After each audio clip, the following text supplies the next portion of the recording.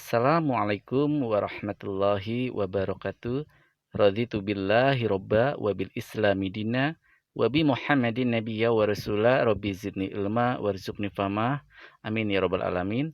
Rabbi israh li sadri wa yassir li amri wahlul 'uqdatam min lisani yafqahu qaulin. Terima kasih para ikhwan fillah masih setia di channel Farhan Faluk Channel. Mohon maaf karena saya lagi ada di luar kota, tepatnya saya di Sidoarjo, jadi saya membuat kontennya di tempat-tempat yang darurat ya, tempat-tempat yang bukan seperti biasanya di rumah.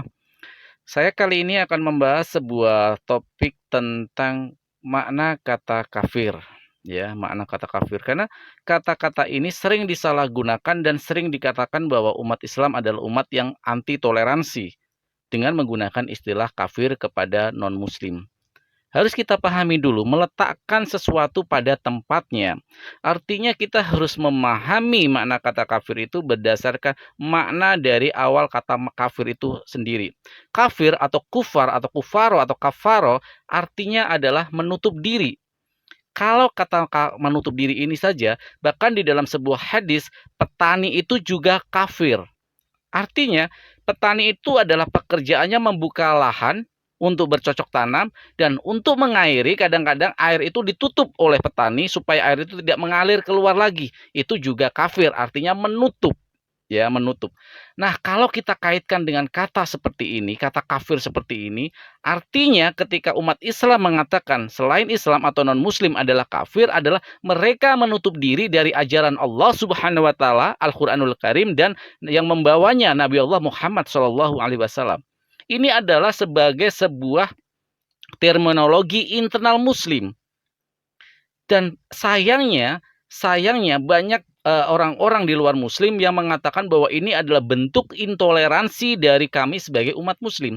Saya akan mencoba membantah, bahkan bukan saja dari kalangan non-muslim, bahkan ada orang-orang yang berpikiran bahwa kita tidak boleh menggunakan kata kafir di dalam dengan sesama muslim. Wallahi, teman saya banyak yang non muslim, dan saya kerja di kontraktor, dan banyak relasi-relasi saya yang orang-orang non muslim juga, dan kami berhubungan seperti baik-baik saja. Kalau saya juga tidak mengatakan bahwa kafir seperti apa, tidak, tapi izinkan kami menggunakan terminologi internal kami dan kami menjalankan apa yang dikatakan di dalam Al-Qur'anul Karim.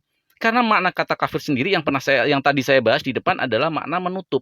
Apa arti makna menutup ini? Menutup dari kebenaran dari Al-Qur'anul Karim dan Nabi Allah Muhammad SAW. Terus ada yang berpendapat seperti ini, bahwa Allah itu tidak sekejam itu, dan Allah itu maha baik. Betul, Allah maha baik. Tetapi ketika Allah menurunkan hukum-hukumnya dan mereka tidak menjalankan hukum-hukum itu, walaupun mereka menjalankan kebaikan-kebaikan, makna di sini kalau kita analogikan adalah sebagai berikut.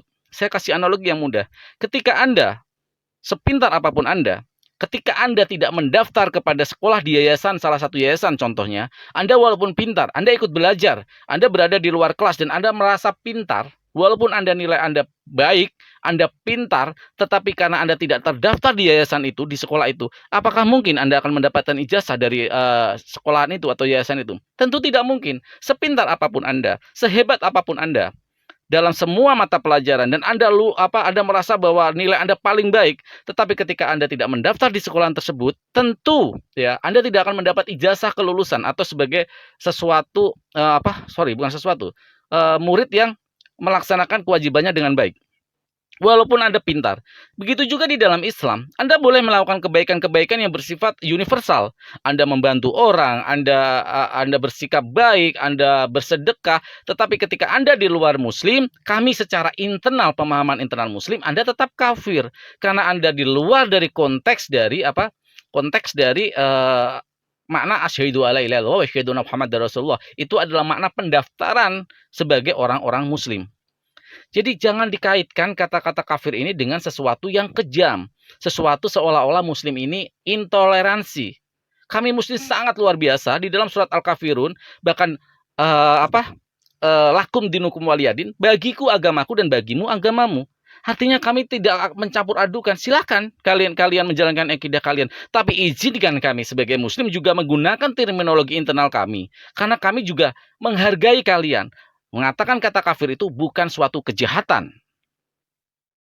Nah, kenapa kata kafir ini menjadi sebuah kata-kata yang selalu diidentikan dengan kekerasan? Karena banyak kekerasan-kekerasan yang meneriakkan kata-kata kafir. Tapi kita juga harus fair di sini, harus adil. Jangan mengeneralisir suatu peristiwa kepada peristiwa-peristiwa lain yang secara kontekstual tidak berhubungan. Jadi harusnya kita bersikap fair di sini. Mana kata kafir yang seperti saya bahas di depan tadi adalah menutup. Sehingga ketika kalian dikatakan kafir, artinya kalian menutup diri kepada ajaran Al-Qur'anul Karim dan Nabi Allah Muhammad SAW. Dan kami selalu dikatakan umat muslim adalah umat barbar, umat intoleransi. Berdasarkan apa? Ayat-ayat Al-Qur'an ayat Al-Qur'an tanpa mereka memahami, tanpa mereka memahami asbabul nuzul dari ayat itu turun. Kami muslim yang memahami asbabun nuzul itu pasti akan memahami bagaimana meletakkan dasar konteks dari ayat Al-Qur'an itu kepada sebuah peristiwa di balik ayat itu turun. Contoh ketika terjadi peristiwa perjanjian Hudaybiyah. Apa yang ada di perjanjian Hudaybiyah itu adalah sebagai bentuk respon dari Rasulullah SAW karena tidak ingin terjadi pertumpahan darah. Terjadi pertumpahan darah. Padahal kalau mau pasukan Rasulullah SAW saat itu muslim sudah setengah perjalanan untuk sampai kepada ke Mekah, tapi karena menghargai dan tidak ingin terjadi pertumpahan darah, Rasulullah SAW menerima perjanjian Hudaybiyah yang semua pasal-pasalnya merugikan Muslim. Tapi demi nilai kemanusiaan, Rasulullah SAW orang yang benar-benar mencintai kedamaian, menghargai kehidupan, menerima perjanjian walaupun merugikan Muslim. Karena apa? Karena demi sebuah kedamaian. Tetapi apa yang dilakukan oleh kaum kafir Quraisy yaitu mengkhianati perjanjian itu, melakukan sebuah penyerangan sebuah kabilah-kabilah yang di bawah perlindungan umat muslim. Akhirnya turunlah ayat suci Al-Qur'an yang mengatakan bahwa seranglah mereka setelah nanti bulan Ramadan selesai dan bunuhlah mereka, temui dimanapun kalian bertemu. Artinya kalian bertemu itu kontekstualnya bukan zaman sekarang, tapi ketika zaman dulu ketika terjadi sebuah peperangan. Tentu ketika terjadi peperangan, ketika ketemu musuh pasti dibunuh. Itu adalah sesuatu yang wajar. Sesuatu yang sudah seharusnya seperti itu. Kita nggak mungkin perang bersalaman dulu baru berantem, nggak seperti itu. Saya kasih analogi lagi sebagai berikut. Ketika terjadi sebuah pengkhianatan di zaman sekarang, walaupun sekarang katanya nilai hak asasi manusia sudah sangat tinggi, katanya dijunjung tinggi. Ketika terjadi perjanjian perdamaian antar suatu negara, ternyata negara yang satunya melakukan sebuah pengkhianatan, sebagai hukum logis pasti mereka mendapatkan sanksi di sini. Mendapatkan sanksi. Contoh yang paling aktual adalah ketika Iran dan Irak diserang oleh pasukan NATO di bawah kendali Amerika Serikat yang mengatakan dia sebagai polisi dunia. Artinya di sini zaman sekarang saja ketika melakukan sebuah pengkhianatan terhadap perjanjian pasti akan mendapatkan sanksi. Apalagi zaman dulu di saat posisi-posisi sedang dibutuhkan untuk menegakkan sebuah nilai-nilai, menegakkan sebuah nilai-nilai tentang bagaimana pengaruh suatu kaum itu memang sangat dibutuhkan untuk eksistensi dari kaum tersebut. Jadi artinya ketika Rasulullah SAW melakukan sebuah aplikasi dari ayat Al-Qur'an tersebut, ternyata Rasulullah begitu luar biasa menerapkan hal-hal yang berbau perikemanusiaan yang sampai saat ini tidak pernah dilakukan oleh negara manapun yang melakukan sebuah penyerangan, oleh negara yang melakukan sebuah pengkhianatan atau pengingkaran terhadap perjanjian damai. Apa yang dilakukan dalam Fathul Makkah, yang menutup pintu rumahnya akan selamat, yang berlindung di rumah Abu Sufyan selamat, yang berlindung di masjid akan selamat, yang tidak melawan akan selamat. Artinya di sini ada basis-basis keselamatan yang ditawarkan oleh Rasulullah SAW yang tidak asal menyerang ke dalam peristiwa Fathul Makkah. Dan sejarah membuktikan peristiwa Fathul Makkah tanpa ada pertumpahan darah. Dan ingat satu lagi bahwa Konvensi Jenewa dengan jelas-jelas mengadopsi hukum perang yang ada di dalam Islam. Apa itu hukum perang di dalam Islam? 1, dilarang membunuh pemuka-pemuka agama, dilarang membakar tempat beragama, dilarang membunuh orang tua, dilarang membunuh anak kecil, dilarang menebang pohon, dilarang membakar fasilitas umum, dilarang membakar rumah.